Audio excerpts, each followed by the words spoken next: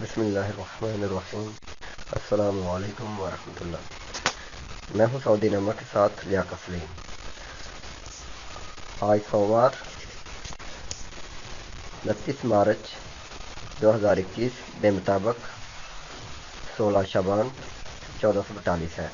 سعودی عرب میں فی الحال تیسری کرونا ویکسین نہیں۔ وزارت صحت سعودی عرب کے حکام صرف اس صورت میں کرونا وائرس کی تیسری ویکسین کی منظوری دیں گے جب اس کے محفوظ ہونے کی مکمل یقین دہانی کروائی جائے گی۔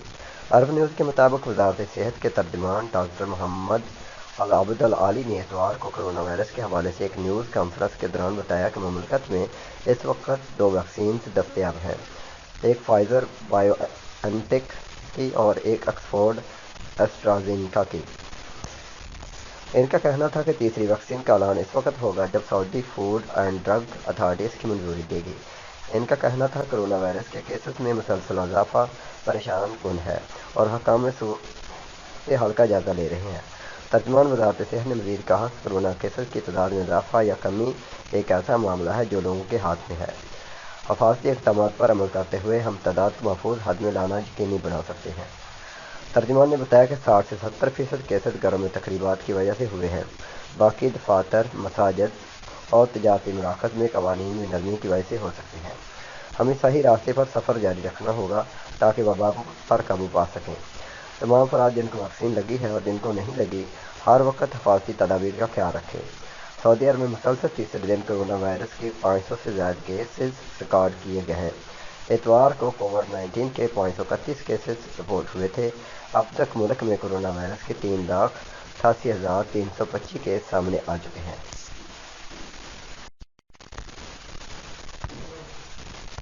مسجد الحرام اور مسجد نبوی میں اجتماعی افطار و اعتکاف پر پابندی برقرار۔ سعودی عرب میں مقدس مساجد کی انتظامیہ کے سربراہ اعلیٰ ڈاکٹر عبد الرحمن السدیس نے کہا ہے کہ مسجد الحرام مکہ مکرمہ اور مسجد نبوی مدینہ منورہ میں رمضان کے دوران اجتماعی افطار اور اعتکاف پر پابندی رہے گی۔ انہوں نے کہا اس سال مقدس مساجد کے لیے رمضان پروگرام کرونا وبا سے بچاؤ کے اصول پر تیار کیا گیا ہے۔ العربیہ نیٹ کے مطابق ڈاکٹر سدیس نے کہا کہ زائرین کورونا ایس کی پابندی کریں اور ویکسین لگوائیں، سماجی فاصلے کی پابندی کریں اور عمرہ زائرین کی صحت و سلامتی کی خاطر حفاظتی ماسک ضرور پہنیں۔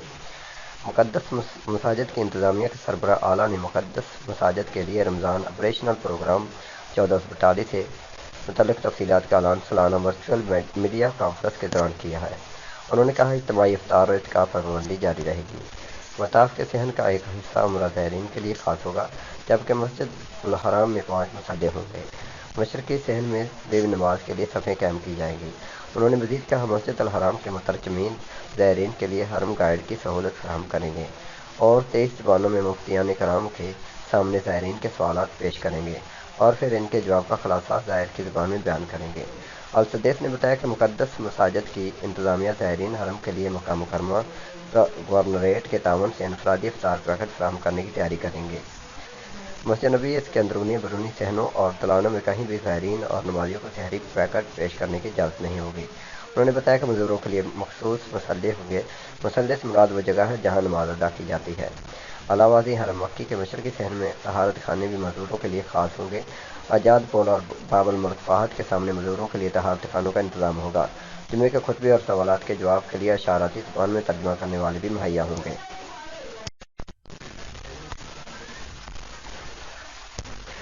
وہ لاپرواہی جو خروج نہائی کی راہ میں رکاوٹ بن سکتی ہے۔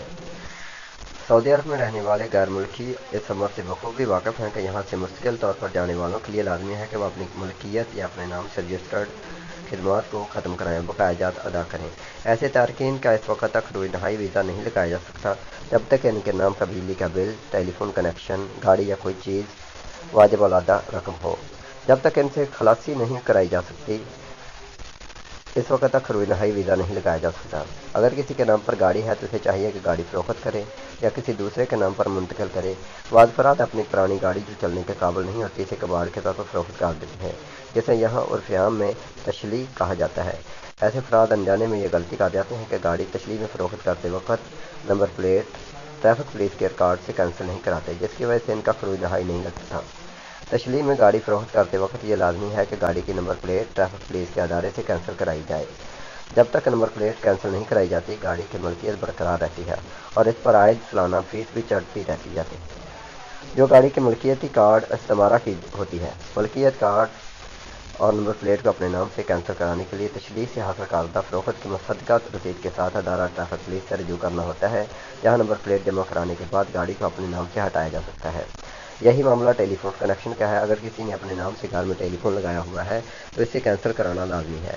جب تک ٹیلی فون کمپنی کو بقایا جاتا ادا نہیں کیے جاتے کنیکشن کینسل نہیں کیا جا سکتا۔ بقایا جات ادا کرنے کے بعد کنیکشن کٹوا کر کینسلیشن کوڈ حاصل کیا جاتا ہے تاکہ وقت ضرورت اسے پیش کیا جا سکے۔